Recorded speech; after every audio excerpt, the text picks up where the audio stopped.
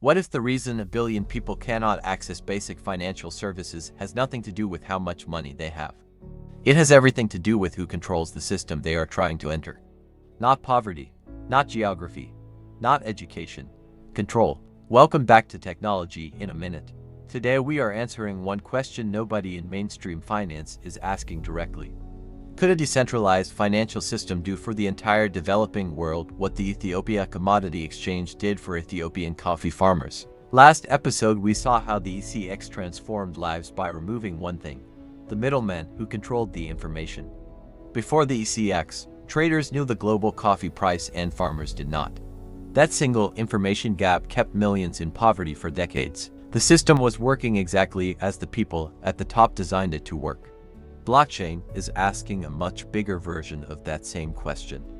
Not just for coffee farmers in Sidama, but for every person, for everyone told by a bank, you do not qualify. I don't ever slow up, no I don't take shit. I got no love for the fakeness. If you wanna play tough and wanna hate this, I'll always show up. I don't ever slow up, no I don't take shit. I got no love for the fakeness. If you wanna play tough and wanna hate this, I'll always show up and make a statement. I don't ever slow up, no I don't take shit. I got no love for the fakeness. If you wanna play tough and wanna hate this, I'll always show up and make a statement. Everything I do so instinctive and so passionate. Every word I move so descriptive like an adjective. I got a vendetta against people who patented being negative when you should be getting after it. I got facts over tracks, this and that. Spitting slow, spitting fast. I could roast, I could gas. Think I'm okay at last, but I don't know if that can erase all the past. And the pettiness, a reflection of the emptiness. Hilarious, you think you're worth my time, you're delirious. Mysterious, because you hide behind a fake exterior. Inferior, you know I'll always be a bit superior. Get off of me, this ain't no humble brag. I want you to hear words, you can say them back. I want you to feel free from the chains at last, and to believe in what you got, it was built to last, yeah. Now that I've been put through hell, I never got anyone's help. I had to do it all myself. I don't ever slow up, no I don't take shit. I got no love for the fakeness. If you wanna play tough and wanna hate this, I'll always show up and make a statement. I don't ever slow up, no I don't take shit. I got no love for the fakeness. If you wanna play tough and wanna hate this, I'll always show up and make a statement. Gonna learn the consequence of being incompetent. Mental health is confidence, dreams and some modestness. I'm not here to save the day, that's for you to take away. I could play a million mind games, but instead I say something not illogical, something that is topical. Rub it on and watch it go, make yourself unstoppable. Dreams are irresponsible, but they're always possible. If you just believe, you could be so remarkable. Thoughts in my head, a collage and they spread. I'll be great one day, going off of my meds. No I'm not giving up, no I'm not giving in. I will make it to the Same moment.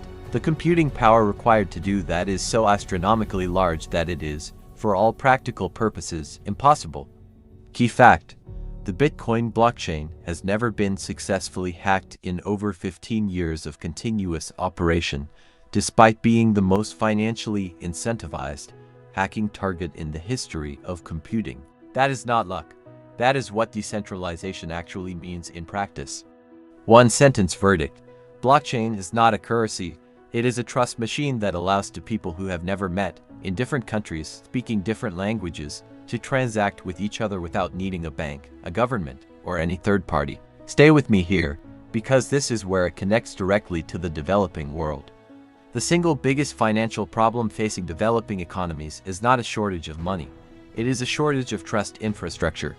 When you want to send money from Addis Ababa to a relative in a rural area, you need a bank account, an agent, or a mobile money platform, each of which charges a fee, requires documentation, and takes time. When a small business in Nairobi wants to receive payment from a customer in London, the international wire transfer takes 3 to 5 business days. It costs between $10 and $30 in fees, and requires both parties to have formal banking relationships that millions of Africans simply do not have. World Bank data: 1.4 billion adults worldwide remain unbanked. 71% of them own a mobile phone. They have the device, they have the connectivity. What they do not have is a financial system willing to serve them. Blockchain changes that equation because it requires nothing from you except an internet connection and a digital wallet, which is simply an app on your phone. No bank account, No credit history. No government-issued ID in the format a Western bank demands.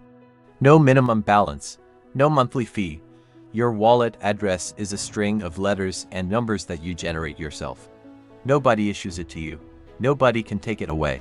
One-sentence verdict. For the 1.4 billion people the traditional banking system has decided are not worth serving, blockchain offers the first credible alternative that does not require permission from the system that excluded them in the first place. Now let's talk about where blockchain has already changed real lives in the developing world, because this is not a theoretical future. It is already happening, right now, in places that needed it most. Start with remittances. That is the technical word for money that migrant workers send home to their families, and it is one of the most economically significant financial flows in the entire developing world. In 2023, remittances to low and middle-income countries totaled $669 billion.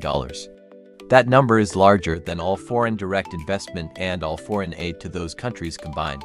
It is the single most important source of external finance for dozens of developing economies. And the traditional system for moving that money is, by any honest measure, a scandal. Western Union, MoneyGram, and bank transfers charge an average of 6 to 8% on every remittance transaction. On a $100 transfer, that means $6 to $8 disappears in fees before the money reaches the family. The United Nations has set a target of reducing remittance costs to 3% by 2030. Blockchain-based remittance platforms charge a fraction of that. Stellar processes international transfers for less than 1 cent. As-a-Finance has been using blockchain to process business payments across Africa since 2013, operating in Nigeria, Kenya, and more. Their transaction costs run between 75% and 90% lower than traditional wire transfer fees. Blockchain is also being used to solve a problem that has trapped millions in poverty: the inability to prove you own what you own.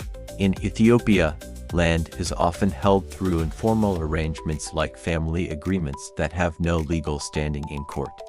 When a farmer cannot prove legal title to their land, they cannot use that land as collateral for a bank loan.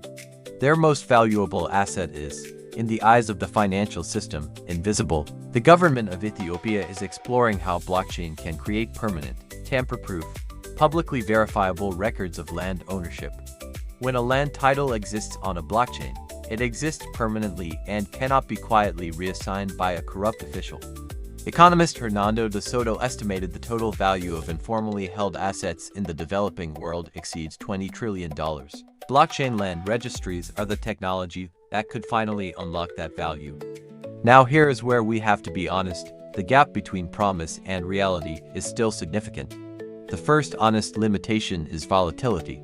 Bitcoin and Ethereum fluctuate dramatically in value. A farmer who receives payment on Monday might find it worth 30% less by Friday.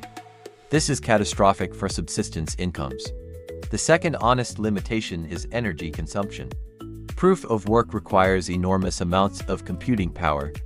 Newer systems use proof of stake, which reduces energy consumption by over 99%, but the transition is incomplete. The third honest limitation is regulation.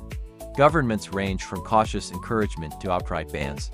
Without clear frameworks, legal uncertainty slows adoption where the technology could do the most good. These are the honest map of the territory between where the technology is today and where it needs to be.